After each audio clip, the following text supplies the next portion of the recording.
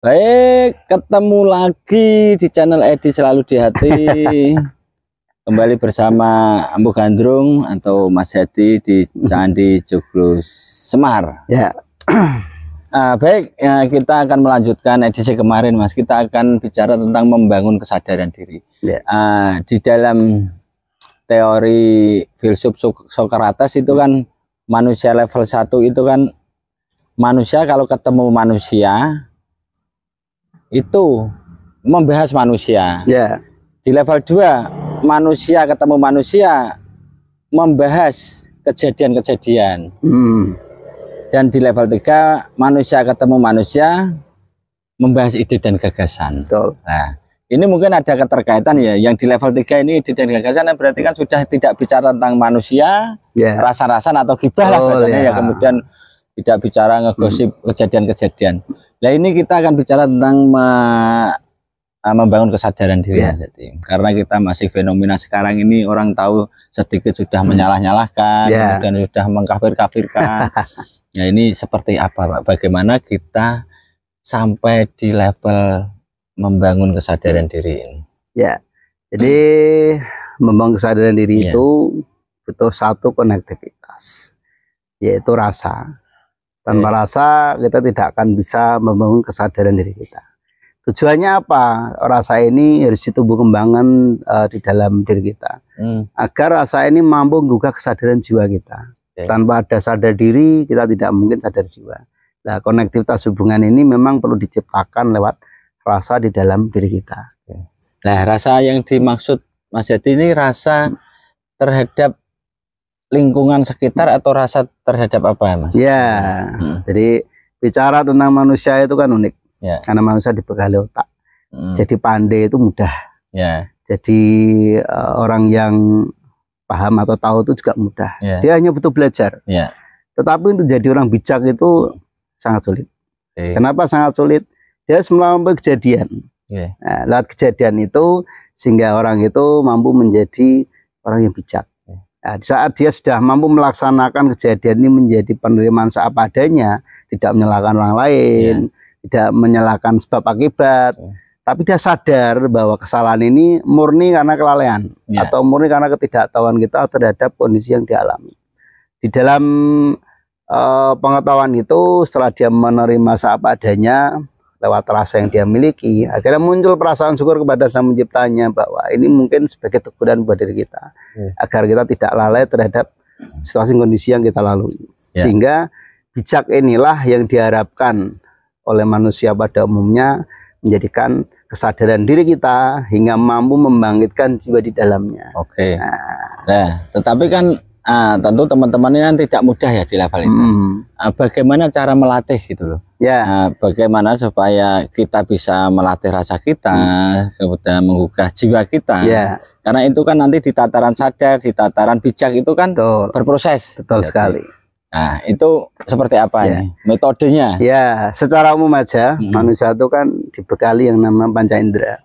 Panca ini adalah perangkat sistem sensorik untuk menggerakkan seluruh elemen motorik pada tubuh kita, yang semuanya tersebar pada otak di dalamnya. Di saat panca indera kita merespon dengan baik, artinya itu sebuah anugerah bahwa diri kita diberi kesehatan oleh Tuhan untuk merasakan terhadap segala yang kita lalui. Nah, kalau kita menyikapinya dengan nilai syukur, tidak ada yang perlu disalahkan atau berkecil hati di saat kita maling kejadian. Karena indera ini menggugah kesadaran jiwa dalamnya bahwa semua kejadian tidak akan lepas dari harapan dan keinginan diri kita pribadi maupun kuasa Tuhan itu sendiri. Sehingga tidak menyalahkan keinginan kita pribadi sama kuasa. Betul. Yang seyogyanya kita menerima ini menjadi nilai-nilai kebajikan buat diri kita. Jadi ada 3 tahap yang perlu dilakukan oleh teman-teman yang belajar tentang kesadaran jiwa. Pertama, kita harus olahraga dulu. Nah, yang kedua olah rasa, ketiga olah jiwa. Apa nih olahraga? Ya, karena tubuh ini sifatnya hidup, dia butuh gerak. Kita harus bekerja, kita harus bergerak, kita harus beribadah. Semua ini menggerakkan tubuh, yang intinya tubuh ini untuk merespon. Kalau di bahasa bahasa kalau kita di seperti ini kan olahraga bisa dikatakan ritual kan gitu, bisa dikatakan ritual. Ya. Ibadah itu yang bagian ritual gerak ritual itu dikembangkan menjadi bahasanya olahraga. Ya. Atau menggerakkan tubuh kita. Yang kedua olah rasa. Dari gerakan-gerakan ini serta merta tidak hanya bertujuan untuk menyehatkan secara gawiah ya, atau hanya buang keringat itu tidak, tapi juga dinilai sebagai prosesi untuk penghormatan terhadap anugerah hidup kita. Artinya tidak hanya di luar yang kita wujudkan, tapi lebih ke dalam juga. Dengan rasa-rasa, bisa melihat, bisa mendengar, bisa meraba lewat panca indera, itulah rasa kita muncul syukur terhadap Sang Pencipta. Termasuk berarti menumbuhkan ketika kita ritual atau melakukan pekerjaan atau olahraga ya terutama melakukan pekerjaan itu kita lakukan karena ibadah. Bekerja pun karena ibadah kan? Nah itu kan berarti sudah bicara sudah rasa tadi ya. Sudah rasa. Betul. Nah ini yang terakhir, di saat kita udah olahraga olah rasa, muncul kesadaran jiwa di dalamnya bahwa hidup ini serta merta adalah kemanfaatan terhadap kehidupan yang lainnya. Kemanfaatan terhadap kehidupan yang lainnya. Jadi seperti hadis yang sebaik-baiknya manusia adalah yang bermanfaat sekali orang lain kan gitu ya. Sehingga kesadaran jiwa inilah yang sebenarnya diharapkan mampu membawa nilai-nilai luhur dari segi karakter maupun kepribadian seseorang. Sehingga orang itu yang dilihat bukan raga fisiknya, tapi wah jiwanya orang itu loh. Kenapa jiwanya yang dilihat? Karena sudah mencerminkan sikap olahraganya atau geraknya, rasa yang dimilikinya, ya kan? Sehingga jiwanya muncul nilai-nilai luhur untuk kebaikan. Nah ini keren ini yang perlu dikupas. Jadi tadi istilahnya ketika memang benar saya mendengar, halo jiwa ini apa kan gitu. Betul, padahal kita tidak kan sosok itu kan raga ya, wujudnya kan tidak kalau Mas Edi apa, tetapi halo jiwa ini apa? Jiwanya yang itu berarti sudah mentok ya. Itu sudah nilai tingkat tinggi di dalam kemanfaatan kehidupan. Dan orang itu melihatnya tidak dalam fisik saja, tapi dia juga sudah pakai rasa menilai orang terhadap apa yang dilakukan. Kalau melihatnya secara gerak, mungkin ibadah atau pahala dilihat dari nominal. Tapi ini enggak, ya kan? Seberapapun itu nilai kemanfaat yang diberikan, jiwanya terpanggil untuk memberikan. Meskipun kita tidak bisa memberikan sebuah materi, mungkin doa juga sangat berarti. Saya memang sering mendengar istilahnya waktu gibah rasa-rasaan gitu jiwa ini apa itu memang secara tidak sadar di masyarakat itu sudah sering berkembang ya. Ini sudah kalau sudah itu kan berarti itu berkaitan dengan kita yang menilai orang itu juga sudah di level kesadaran diri atau memang seperti apa Mas? Karena kita bisa menilai jiwa seseorang itu loh. Betul. Tentu atau asal celomong aja gitu loh. Ya, kembali lagi orang itu kan melihatnya pakai rasa kan. Tidak serta merta apa yang dia lakukan. Saat dia melihatnya pakai rasa, maka yang dinilai bukan materinya, tapi nilai kemanfaat orang itu bersikap dan bertindak. Sehingga orang melihat itu jiwanya.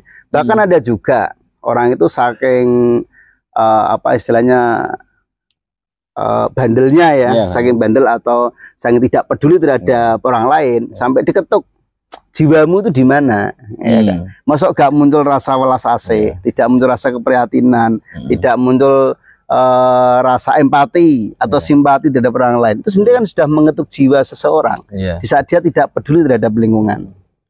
Dengan harapan dia sadar diri dan jiwanya terpanggil untuk melakukan memberi kebaikan kepada yang lainnya. Tapi yang banyak terjadi itu ketika menegur teman itu utakmu nanti, jiwamu nanti, utakmu nanti lah. Itu seperti apa Mas?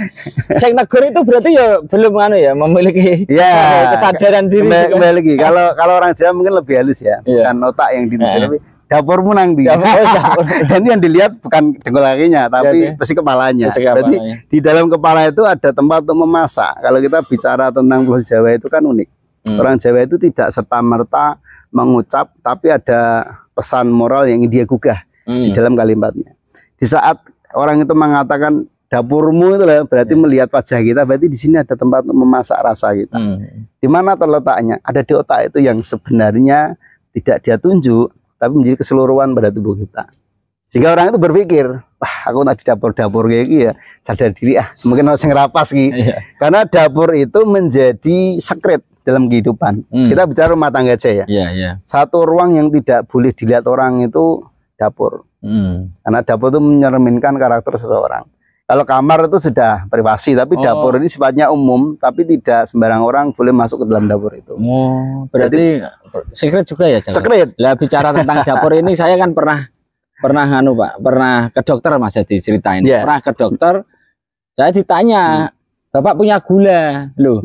Ya saya tersinggung toh, kok malah dokter kok pengen tahu urusan dapur saya kan? Saya mau punya gula, mau punya garam, itu kan urusan saya. Betul. Padahal gulanya bukan gula yang itu lah.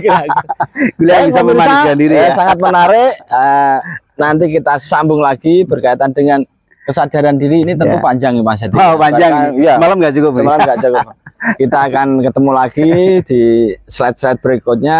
Sampai jumpa. Terus pantau channel Edi Selalu di Hati. Wassalamualaikum warahmatullahi wabarakatuh. Waalaikumsalam warahmatullahi wabarakatuh. Rahayu, rahayu, rahayu.